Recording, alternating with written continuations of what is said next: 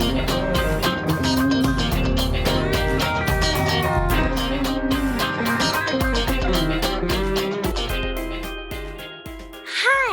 I am Curious Vedant, and welcome to season 3 of my podcast.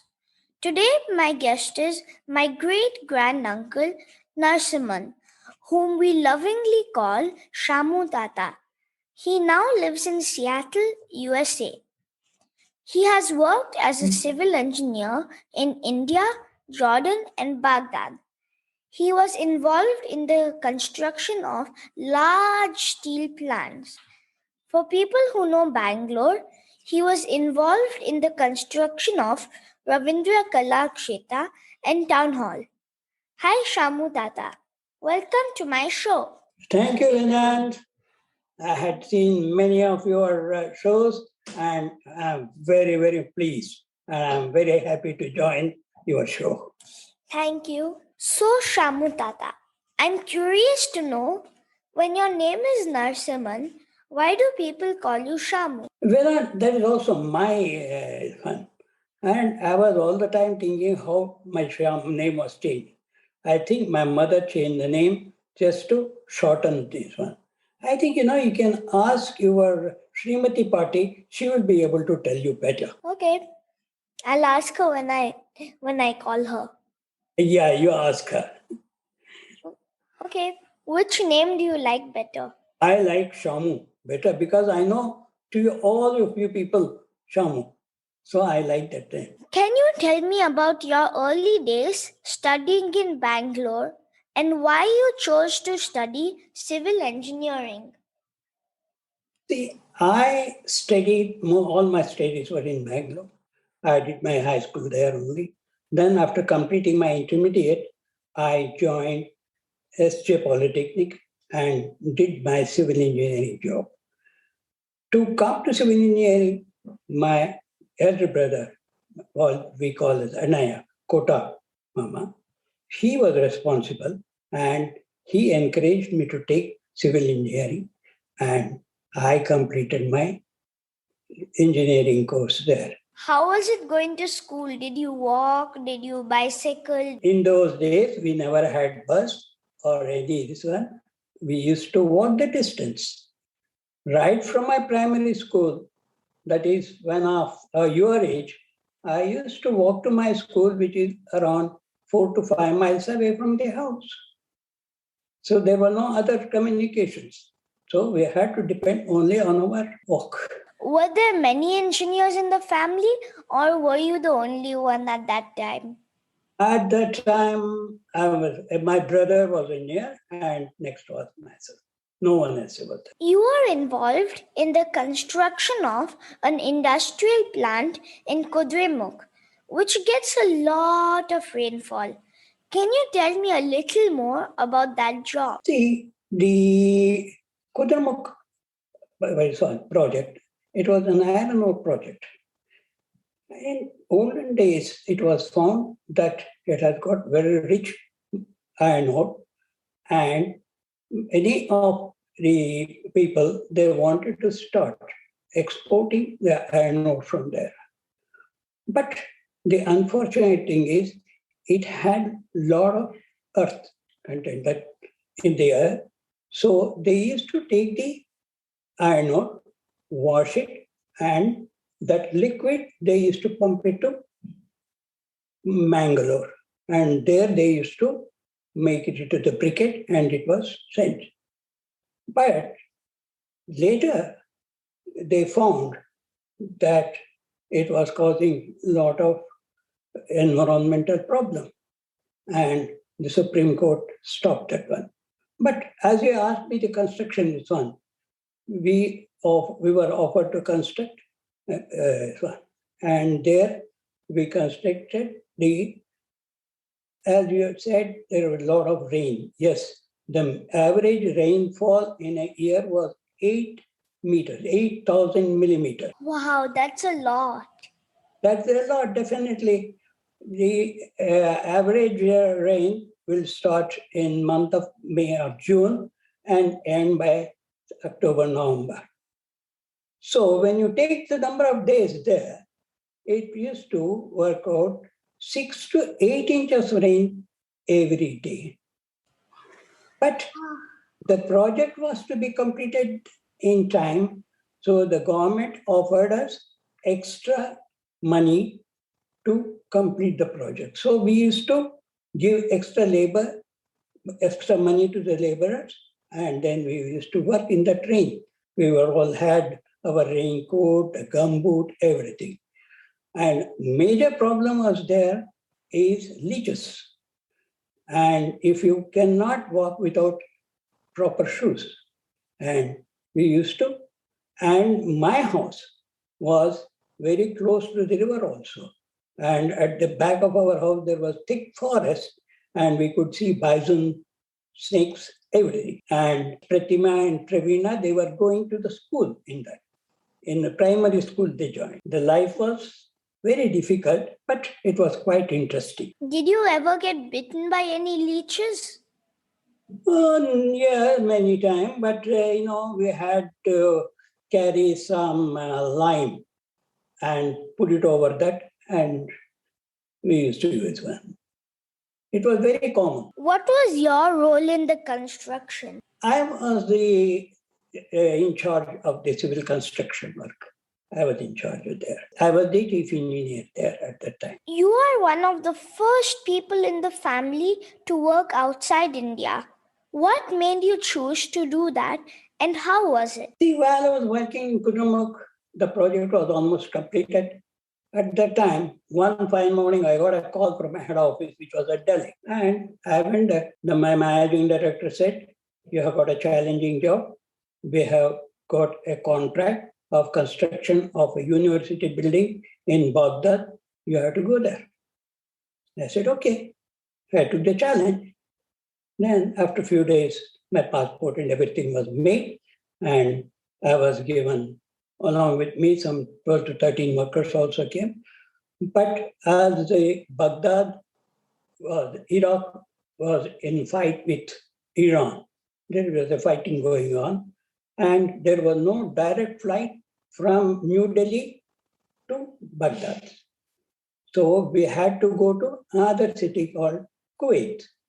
That's also in Arab country. We had to go to Kuwait by air. And from Kuwait to Baghdad, we had to travel by road. It is 700 kilometers from the airport to Baghdad. The roads were not so good. On either side of the road, we used to see sand dunes because it was a desert and the temperature used to be 45 to 50 degrees centigrade. And so after one day, we reached Baghdad. How was it in Baghdad? Did you have to learn the language there to communicate? The language, that was not a problem because we were not directly, because all the laborers we had taken from India only. So our communication with the local people was not there. And to their engineers and all those things, they used to talk good English. So our language was English, communication language. What was the project you were doing in Baghdad?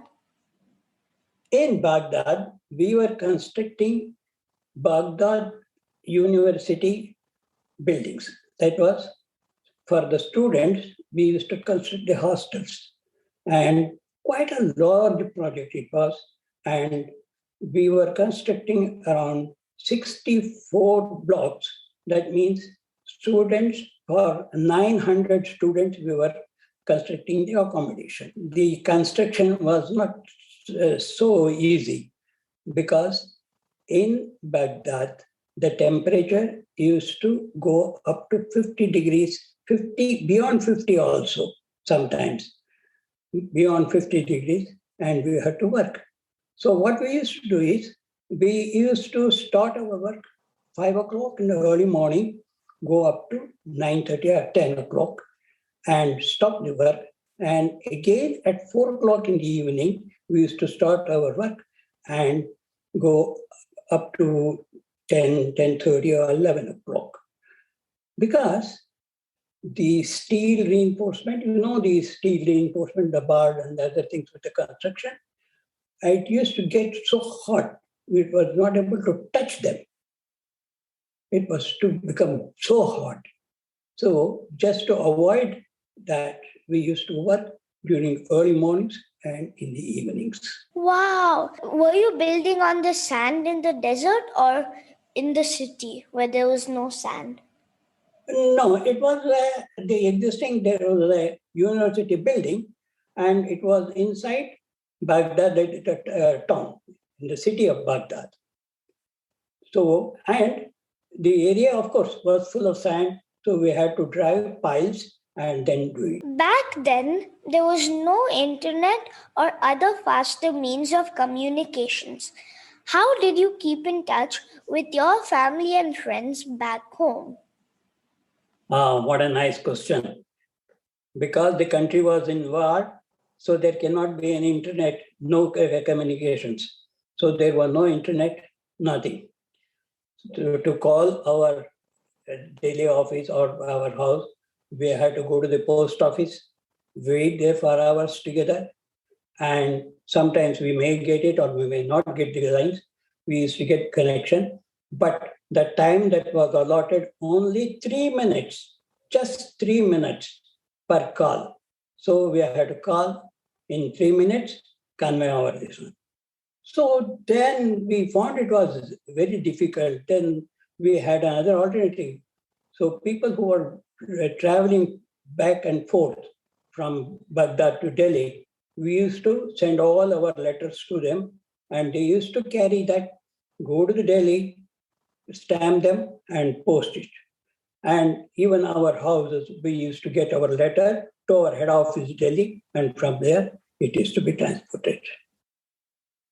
Wow, that's a long flight just to post one letter. Yes. Just one letter may take 10 days, 15 days, maybe a month even. Nowadays, it's so easy to communicate with your phone or computer. Earlier, it must have been very hard. Yeah, it was. It was very hard. Now it is very easy. Now I'm talking to you. We are 1,000 miles away from each other, but we are talking. Yeah, thanks to Zoom. Thanks to the communications, thanks to the development. From Baghdad, you went to Jordan. What took you there? Our Baghdad work, I want to tell you something about the Baghdad. Baghdad, you see, there is a very misconception that it was uncomfortable, people were all scared and other things. It was not like that. Baghdad was very safe. And we were about 200 engineers and about 1,500 to 1,600 workers. We all used to have our own camp there, and we had provided mess, food and everything to the engineers. And even our life was good because there the food items like rice, atta and all these were very cheap. Even the clothes were very cheap. And it was quite safe. And a lady can walk at 12 o'clock in the night without any fear. Wow, because whenever I think of Baghdad, I think about the war. It is wrong, this one that been communicated to the people. But it was very comfortable and very, very. So, I'll tell you a small thing. Our salary, whatever we were getting, 75% of our salary used to go to our banks in India, and we were allowed to draw only 25% of our salary in Iraqi dinars and to spend there, which was much more sufficient for us. We had to have a comfortable life with the 25%. Were you there during the Gulf War? Yes, we were in the Gulf War. And, sometimes in the dead of the night, we used to hear a blast. A big bomb used to fall somewhere close to our houses. But we were fortunate, there was no accidents or any. We have seen many of the bombs falling close to our house. And our house was close to the river. It was a river called Tigris. So we were very close to that. How did Pratima auntie go to school? She must have been very scared. No, they were very, very brave. To be. Their schools were run by government of India, that is the Embassy of India used to run those schools. It was central schools. And Pratima and Pravina, both of them were going to the school and they had their own vehicle and they were attending the school. So there was no problem for the education. And they had the central syllabus. What you have got syllabus, so the central schools, the same syllabus they were following. And Raja uncle also was working with me. Yeah, he told us how he worked over there. I interviewed him. Oh, yeah. I know. I remember that. After working, when I was working in Iraq, at the job was almost completed. At that time, we got a job in Amman, Jordan. Amman is the capital city of Jordan. So we got a job of construction of roads and the bridges. So 1986, I went to Jordan and I worked up to 1990. There also, the American embassy used to run the school to the American standards. Pratima and Pravina, both of them, they were going there. They completed their high school studies there. And Jordan is a wonderful place. Amman is a wonderful city. Did Raja Tata learn how to build all the roads and bridges in Amman? Yes. He learned in Amman, then went to US to start his company. Correct. He went for higher studies there. He studied there. Then he started his own company and started constructing roads and bridges there. Raja Tata said that you were one of the best bosses and everybody loved you. Oh, that is their greatness. From Jordan, you came back to Bangalore and then you worked in Bangalore. Of all the countries that you have lived in, which is your favorite? My favorite is Amman, Jordan. I want to tell you something about Jordan. Jordan is a very small country and it is ruled by the king. And it has wonderful sites and all those things. And there is a place called Petra. It's got a very old civilization. And then Jaraj, that is the Roman civilization is there. And another interesting thing is there is a place called Dead Sea. You have seen all the seas. You have seen sea there? Yeah, I have. You have seen. You see, the whole world is the ground level is either at the sea level or above the sea level. But in the Dead Sea, the area is 450 feet below the sea level. When you say Bangalore is 3,000 feet, that means it is 3,000 feet above the sea level. And whereas Madras, the sea level is at 10 feet or 15 feet. I don't know about your place, how it is. It's on sea level. It has got water. The density of water is less than 1. And if you fall in the water, you will drown or you will sink. But in this, a man will not sink, he will be floating.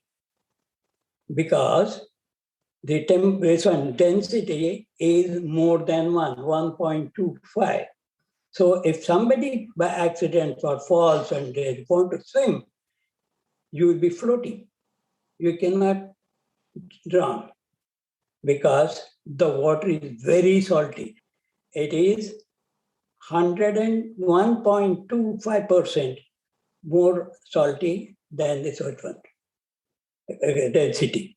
And the salt content is more than 12%. So the moment you go into the sea and come out, you can see white patches on your skin. That is the deposited salt. And another one interesting thing is, by the side of the sea, even though we call it the sea, it's a lake, a big lake, thousand so there were hot springs. The water used to come from the ground. It used to be boiling, and it is called sulfur springs. And it had got medicinal value. People with skin diseases, they could go and take bath there. Did you ever float in the Dead Sea? Yeah, once or twice we went there. We all have gone there. You have worked in different countries. How was construction in each place?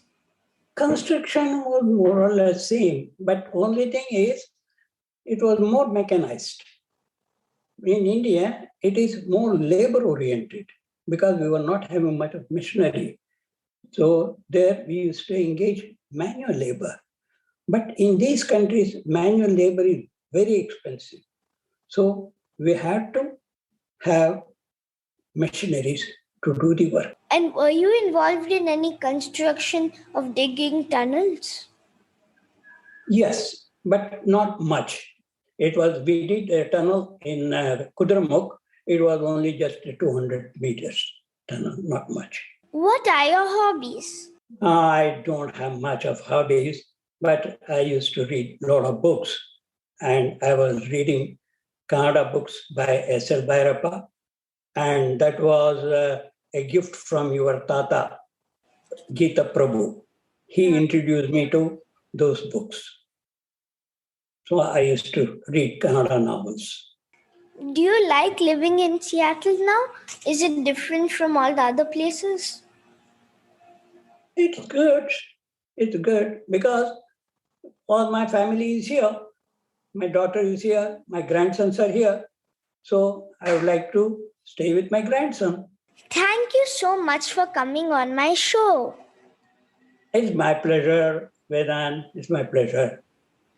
This was very fun. I learned a lot about civil engineering and your experiences.